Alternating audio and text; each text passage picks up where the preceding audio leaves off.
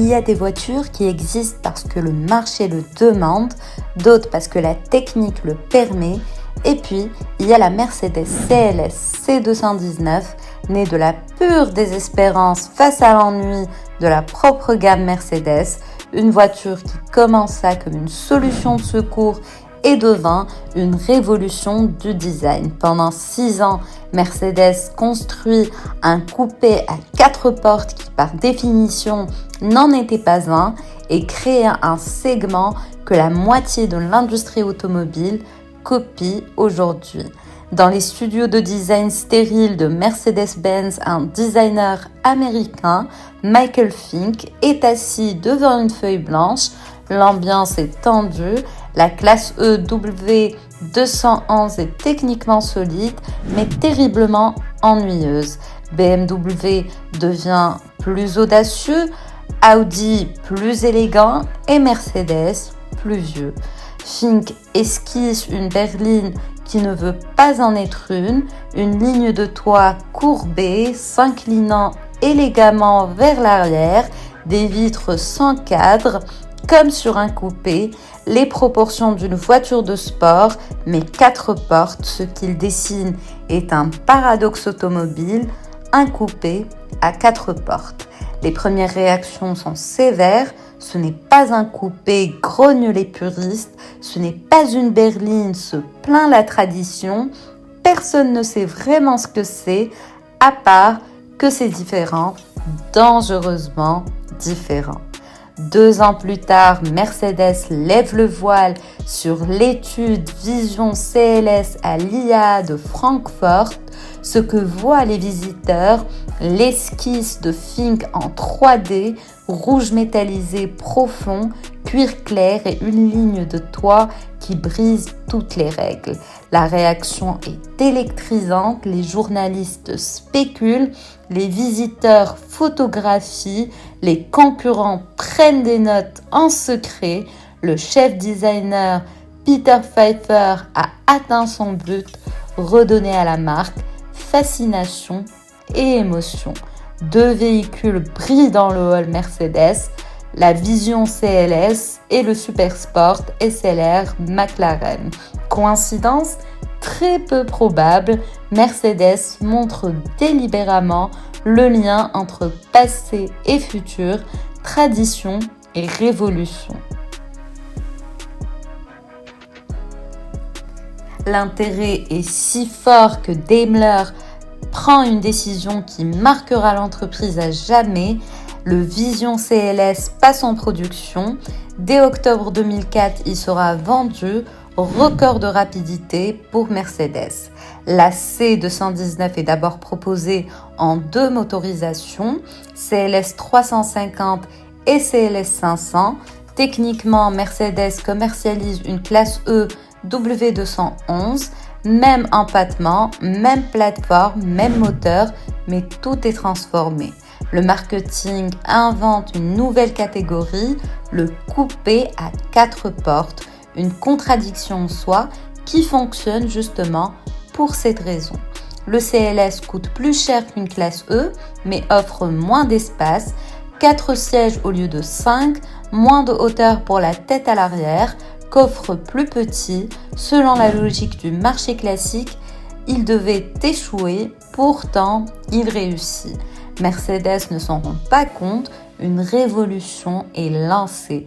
La CLS fut le premier modèle mondial à introduire ce style de coupé à 4 portes et Volkswagen suivra avec le CC en 2008, Porsche avec le Panamera et Audi avec la 7 en 2009.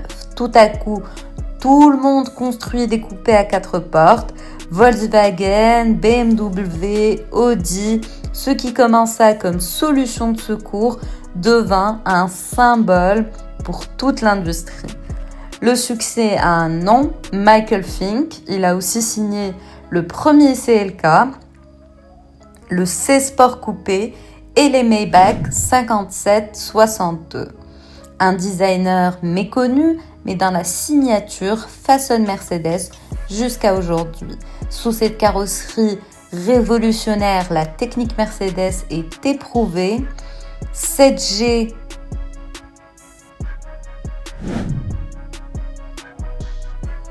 Tronic, première fois de série sur le CLS, boîte automatique 7 rapports, robuste, faiblesse, l'unité de commande électro-hydraulique et son capteur de régime sujet à défaillance, frein SBC high-tech à l'époque, problématique et coûteux à entretenir, rappel massif effectué, suspension pneumatique hermétique V8 de série, réparation très chère, un bras pneumatique d'essai coûte environ 1000 € hors montage, la CLS est coûteuse à l'achat et à l'entretien.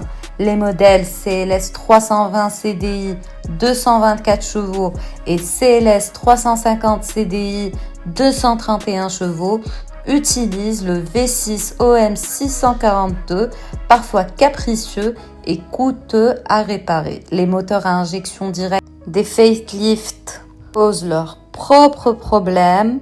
La pompe haute pression rare à trouver, tombe en panne tôt ou tard, jusqu'à 5 700 € chez Mercedes. Pourtant, ou justement pour ça, la SLS est adorée. La posséder, ce n'est pas acheter une voiture, c'est affirmer un style. Je ne suis pas comme les autres.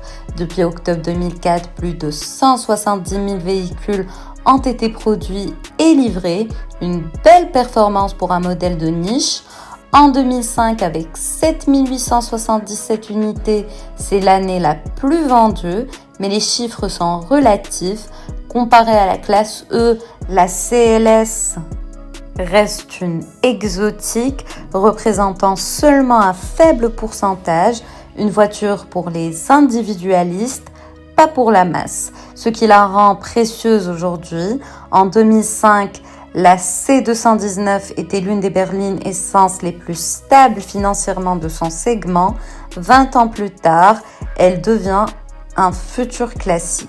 Le 26 juillet 2010, la dernière C219 sort des chaînes. Après 6 ans et 170 000 exemplaires, c'est fini. Le successeur C218 arrive, plus moderne, plus pratique, mais aussi plus ennuyeux. La première CLS fut une expérience née du désespoir face à la banalité. Ce qui commença comme une solution de secours a changé l'automobile pour toujours. Aujourd'hui, tous les constructeurs premium font des coupés à 4 portes, mais aucun n'a la radicalité de l'original. La Mercedes CLS C219 prouve les innovations les plus importantes ne naissent pas toujours d'études de marché, mais du courage de changer.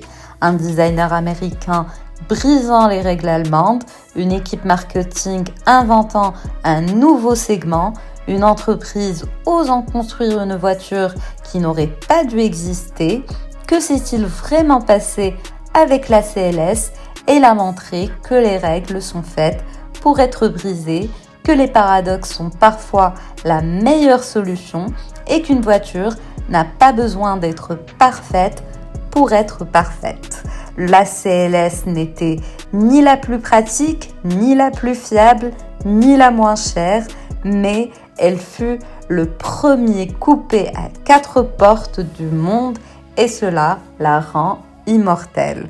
20 ans plus tard, tous copient encore ce que Michael Fink avait esquissé sur une feuille en 2001.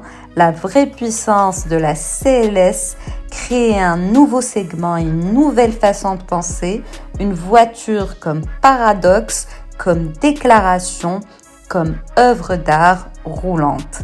La Mercedes CLS C219, trop peu pratique pour la raison, trop belle pour la critique, trop révolutionnaire pour son temps, une voiture qui n'aurait jamais dû fonctionner et qui pourtant a changé le monde automobile.